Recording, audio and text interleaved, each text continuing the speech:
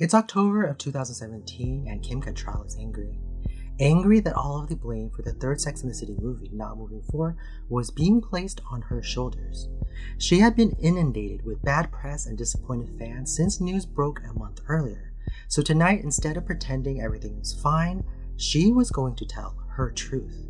So when TV host Piers Morgan asked her about the Sex and the City drama, she answered more frankly than she ever had before. This is really where I take to task the people from Sex and the City, and specifically Sarah Jessica Parker, is that I think she could have been nicer. I really think she could have been nicer. I don't know what her issue is. Reports of an on-set clashing between Kim and Sarah Jessica Parker had plagued Sex and the City for years, but this was the first time that either Kim or Sarah had publicly confirmed once and for all that they had beef. Choose your fighter.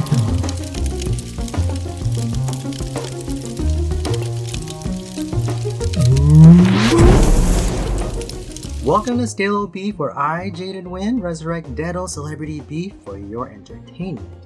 With the recent announcement that Kim Cattrall will be making a cameo on Sex and the City spin-off and Just Like That for season 2, this beef is still moving. To understand Beef O' Beef, we must go back all the way to 1997 when show creator Darren Star was casting Sex and the City. Darren had worked with writer Candace Bushnell to adapt her Sex and the City column and book to a TV pilot for HBO. While working on the script, he had someone in mind to play Carrie Bradshaw, an actress named Sarah Jessica Parker. So Darren met with Sarah on the Upper East Side in March of 1997 to try to convince her to take the role.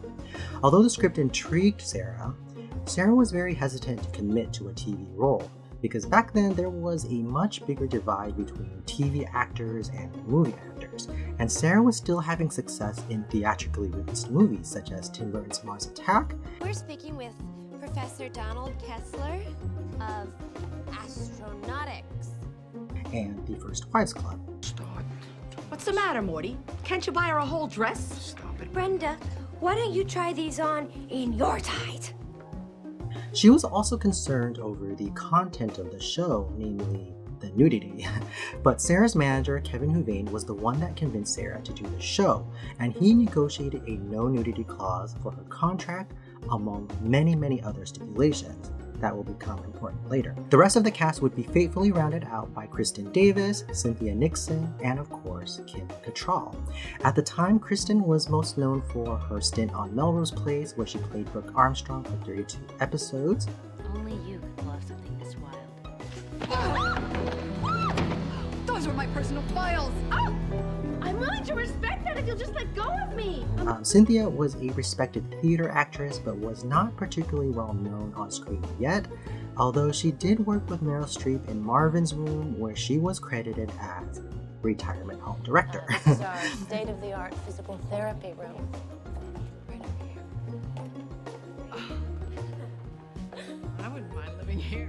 This is great. Kim Cattrall had the most credits to her name, but her career highlights had been in the 80s, and by the late 90s she was doing mostly TV and C-list movies. Sweet. My baby. It's all right. He will never go near you again.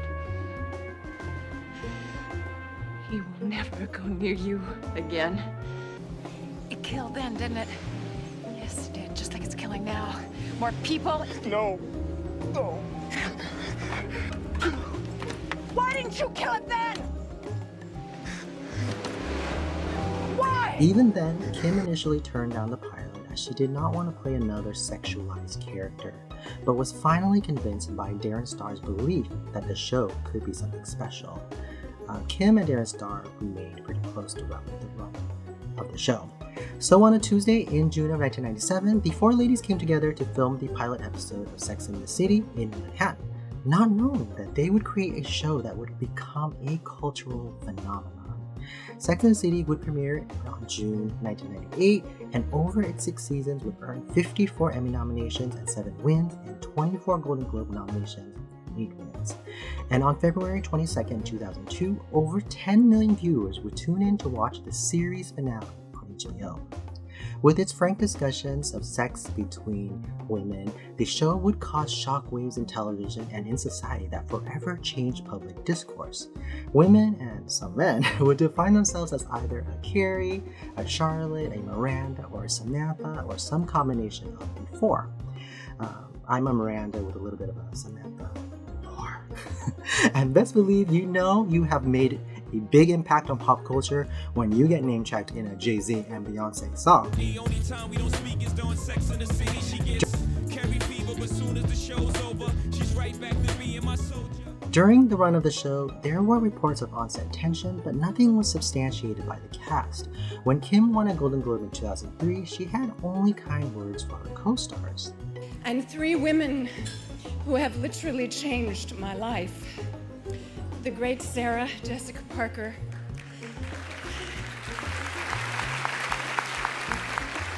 the wonderful Kristen Davis, and my heart, Cynthia Nixon. Eyebrows were raised though when the cast attended the 2004 Emmys for the last season of Sex and the City, and Kim did not walk the red carpet nor sit with her co-stars, but opted to sit with creator Darren Star instead. That very same year, Kim went on Friday Night with Jonathan Ross, and when asked why the show ended, she answered, quote, "I felt after 6 years it was time for all of us to participate in the financial windfall of Sex and the City. When they didn't seem keen on that, I thought it was time to move on." Kim's answer reveals that one of the key factors in the feud is a pay dispute. Since the show had been built around Sarah to begin with back in 1997, and at the time she had a bigger career than the other ladies, she had negotiated a much better deal than the other 3 women. On top of that, Sarah became a producer of the show starting with the 2nd season, which of course also added to the power dynamics, right? But as the show went on, Kim felt that her character was more popular and that her pay should reflect that. Allegedly, this led to tense salary negotiation cycles that occurred before every season of the show that carried over to the movies.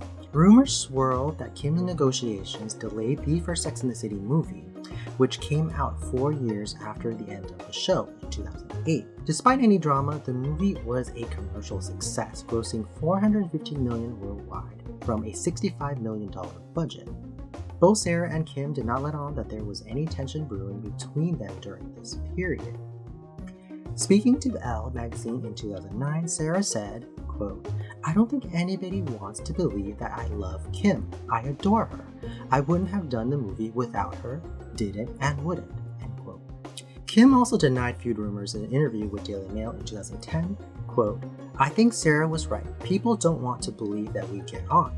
They have too much invested in the idea of 2 strong, successful women fighting with each other. It makes for juicy gossip and copy. The truth of us being friends and getting along and happily doing our jobs together is nowhere near as newsworthy. I think Sarah is fantastic. She is a born leader and she guides the crew and the cast in such a strong but gentle way." End quote. That same year, Sex and the City was released, and although also financially successful, this movie was not as well received by both critics and fans. And for good reason. It sucked. During this period, all seemed well until 2017 when the beef really started cooking. On September 28, 2017, Sarah Jessica Parker attended the New York Ballet Gala and dropped a bombshell. No, it's not halted, it's over. No, yeah. Are you disappointed? We're not doing it. Yeah, absolutely. I think I'm disappointed. We had this beautiful, funny, heartbreaking, joyful, very relatable script and story, and I think it's not just disappointing that we don't get to tell that story and, have that experience. I think more so it's, I think for that audience that has been so vocal about wanting a 3rd movie. On the same day, the Daily Mail pointed the finger as to why the 3rd movie would not happen towards Kim Cattrall.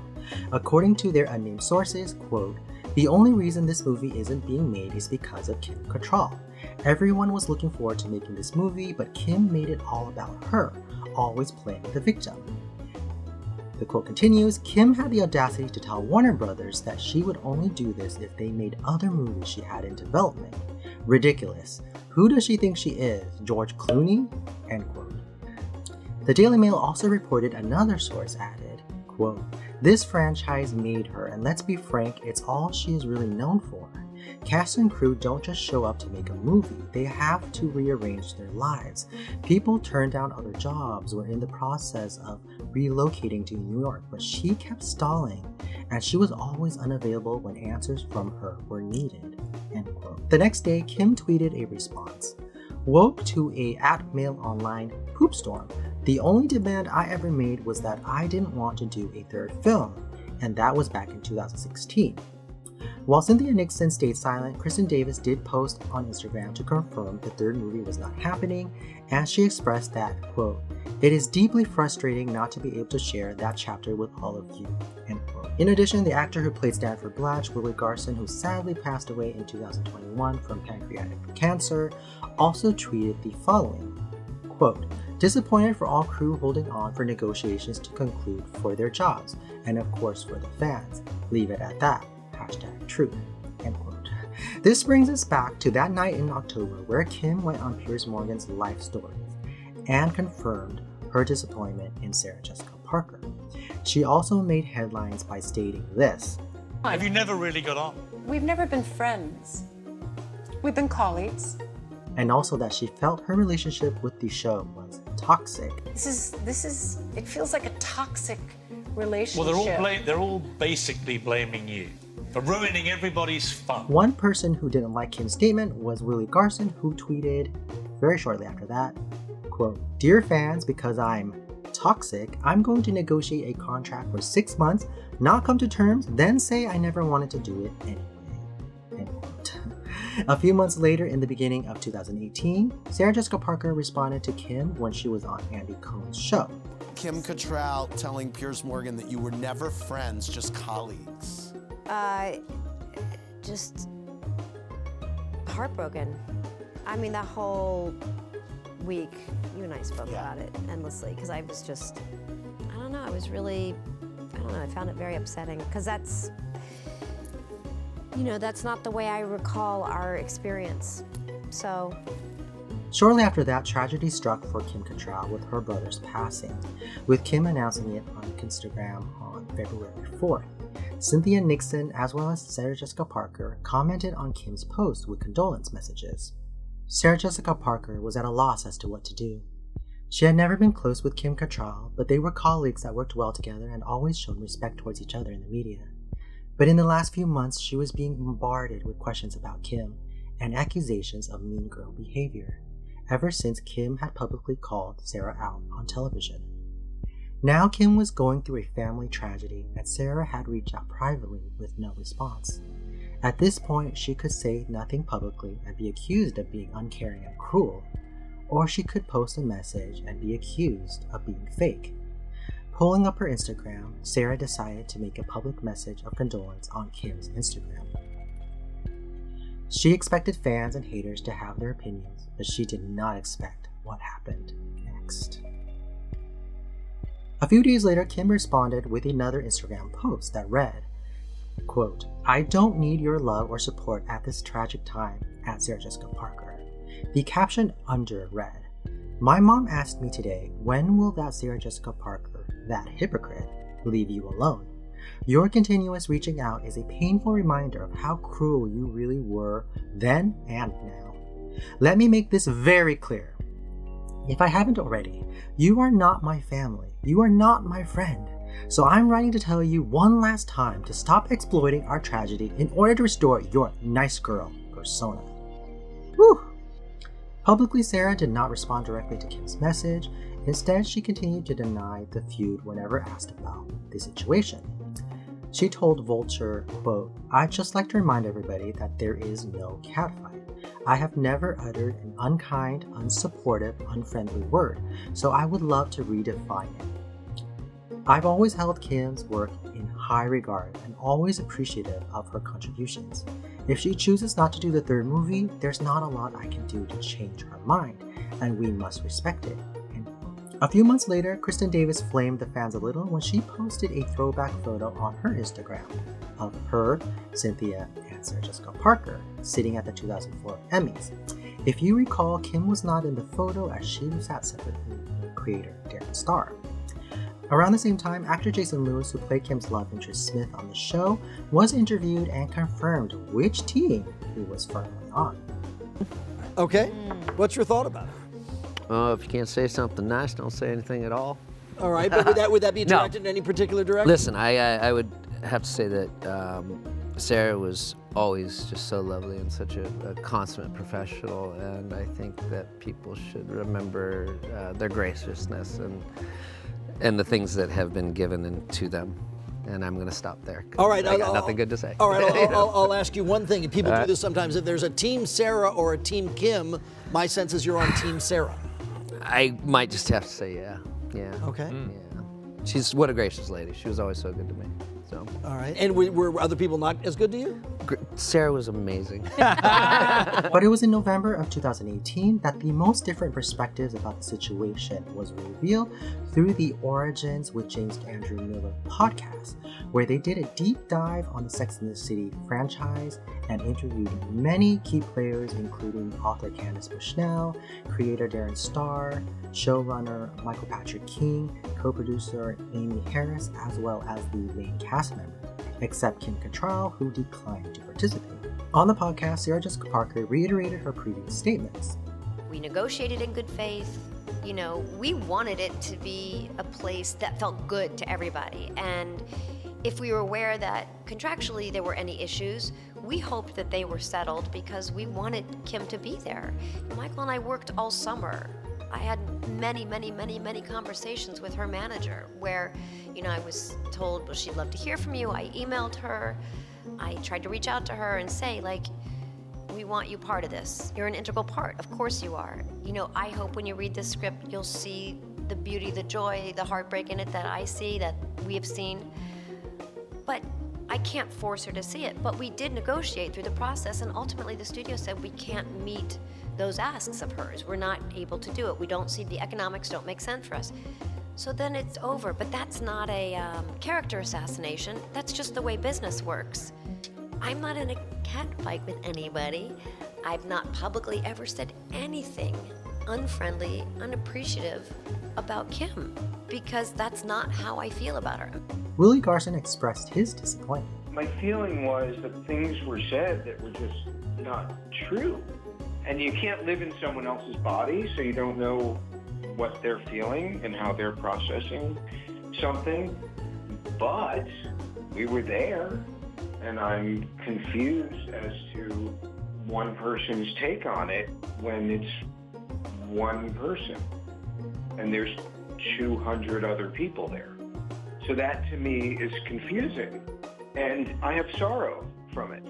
The one person in question said that we were never friends, or that, you know, it's all been a misery. That was not my experience. And I feel, I don't want to say insulted by it, but I feel sad. Willie also addressed why cast members reached out over social media to Kim.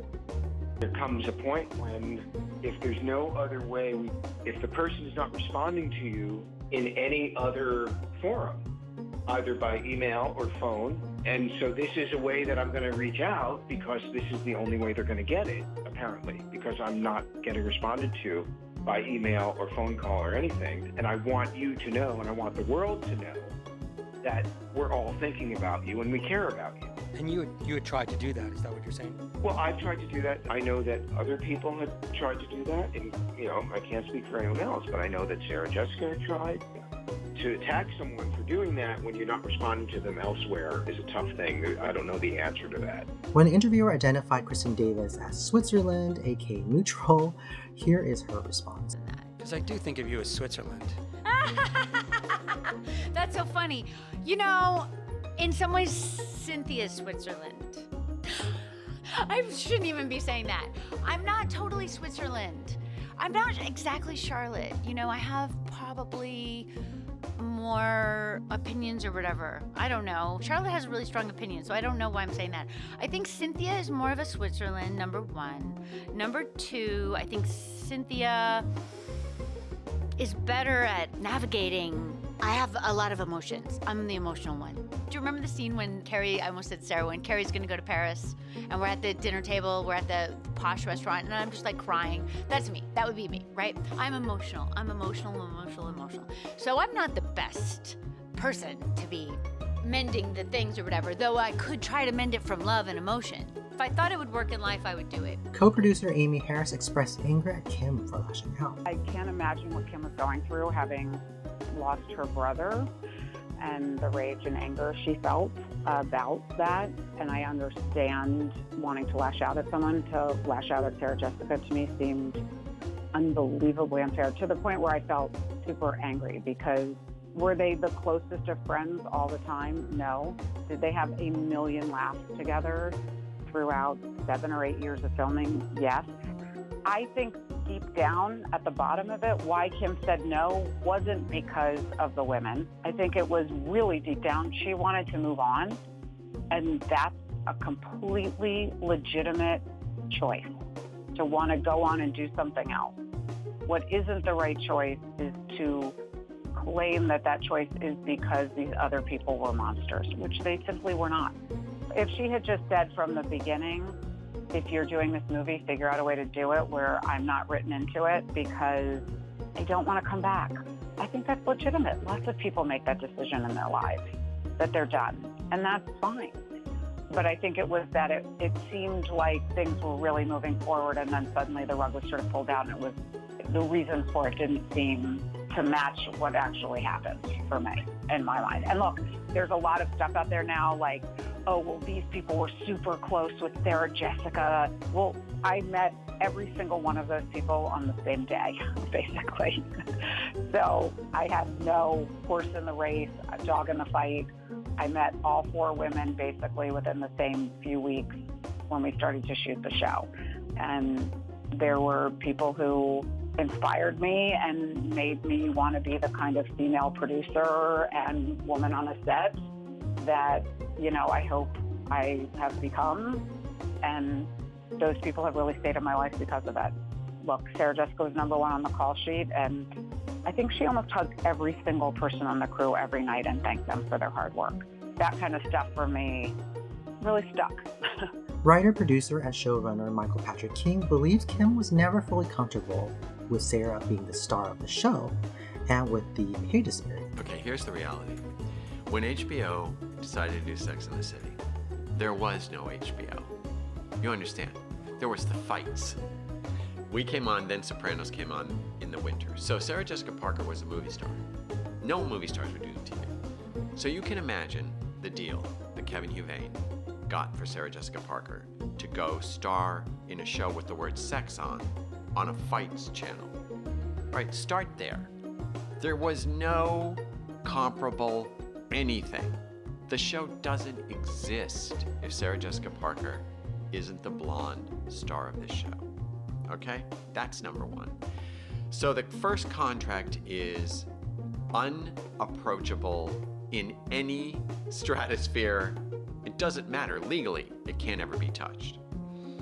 Kim was not at the height of her career. Kristen was under her in terms of notability. And Cynthia was a theater actress. Their contracts reflected that stratus. As the show progressed, the characters, everybody grew. It became a family. Kristen and Cynthia and Sarah Jessica became one group. Kim never joined the triumvirate mentally. Kristen and Cynthia they went in the light. They became like those 2 ladies. They understood it was Sarah Jessica's name. Look at the posters. Kim fought and said, I'm everyone's favorite. And Sarah Jessica said, yeah, that's why the show worked. You were certain people's favorites. They loved you. Certain people loved Kristen and people liked Cynthia, but you were the favorite and that's why the show worked. That doesn't mean you're being punished. And everybody got escalated. Everybody moved as the movie went on, but the stratus was set. No one was ever going to touch that.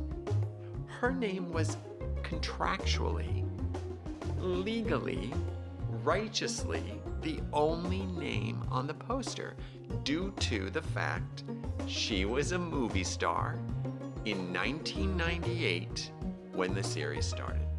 And she did a leap to do a show about sex on the channel that did the fights. And it doesn't matter how popular you are, and I guess for Kim it didn't matter how much the raise became if there was never parody, but there never was going to be parody. He also had high praise for Sarah Jessica Parker. Show environment. She's phenomenal as a team player. She knew everybody's name. She loved building something together. We were a family. She's warm. Her door's open.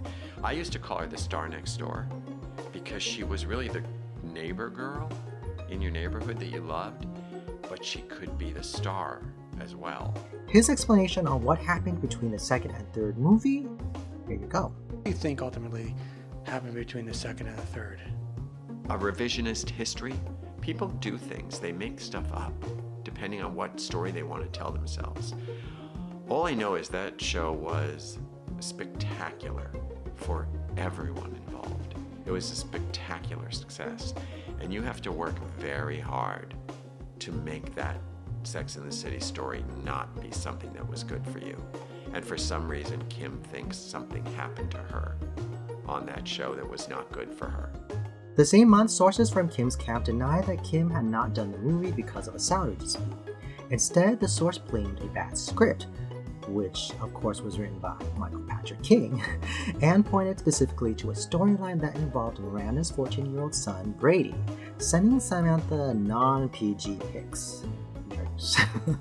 For a few years, the drama died down, but then it was reignited again when the new spin-off show was announced. The new show would be called And Just Like That, and they would be moving forward without Kim Cattrall. Of course, fans were not happy with this, and they rallied around Kim and wanted her to return. In 2021, Chris Noth, who played Big, spoke to The Guardian, quote, "I have to tell you, I have absolutely no idea what Kim's thinking is or her emotions. I do know that I'm very close with Sarah Jessica, and Kim's description of her didn't even come close. I just don't like to see anyone talking down about Sarah Jessica because she's a target and people can be nasty. I feel very protective of her, and I was not happy about that." End quote. The new show, And Just Like That, premiered on December 9th, 2021, with Samantha Jones moving away and only communicating with Carrie via text message. And while the show was airing, Kim threw a little bit of shade towards their way by liking some comments that were trashing the show. A new little player in the drama also entered the fray, costumer Patricia Field, who was very close to Kim Cattrall. She dressed the ladies on the original series and the movies, but did not work on the new show. She was asked about the new costumer Mary Rogers, and she answered, quote, "I like some of it. I don't like all of it, but I know what Molly's dealing with. I know those gals. Sarah Jessica thinks she knows everything, and she does. Cynthia Nixon thinks she knows everything, and she doesn't. Even today, when I speak with Molly, it's about Cynthia. I say, I remember what you are going through." Ouch. So there's a little bit of a Patricia Field versus Cynthia Nixon moment there. In February 2022, Variety spoke to Michael Patrick King, the showrunner, and he confirmed they didn't ask Kim back. Quote, "Magically thinking, it's great to have Samantha. I have no realistic expectations of Kim Cattrall ever appearing again." End quote. Variety also asked Sarah Jessica Parker if she would be okay with Kim coming back, with Sarah replying, quote, "I don't think I would, because I think there's just too much public history of feelings on her part that she's shared." End quote. Variety, being messy, informed Kim of Sarah Jessica Parker's comments in March. Interviewer: "Sarah Jessica has said that if you decide to play Samantha again, she wouldn't be okay with that. Did that hurt your feelings?" Kim: "I don't think I read it." Interviewer: "She said that there was too much that had happened publicly between the two of you." Kim: "Well, it would never happen anyway, so nobody has to worry about that." Interviewer: "Have you watched And Just Like That?" Kim: "I certainly heard about it, and I've come to the conclusion that really the greatest compliment I could have as an actor is to be missed." The Variety interviewer ended the interview by asking, "So it's a definite no?" To which Kim responded, quote, "That's a no. It's powerful to say no." So this is why it was a shock to find out recently that Kim would be making a cameo on season 2 of And Just Like That. It is reported that Kim only agreed to shoot a small scene for the show solo, where she speaks on the phone inside the car, and would only do it if Sarah Jessica Parker and Michael Patrick King were not on set. In addition, she stipulated that she would be dressed by the show's former costumer, Patricia Field. It is reported that even the crew had no knowledge that they would be working with Kim that day. So did Kim pull the ultimate power move by deciding to do this show now after saying no so many times? Did she do it because she knew that Sarah Jessica Parker was against it now? That we don't know, but we can imagine that she was paid very, very, very well for this cameo. And Just Like That Season 2 will debut on June 22nd, 2023, and who knows what other drama that will lead to. But for now, that's where the beef lies, so until then, rest in peace.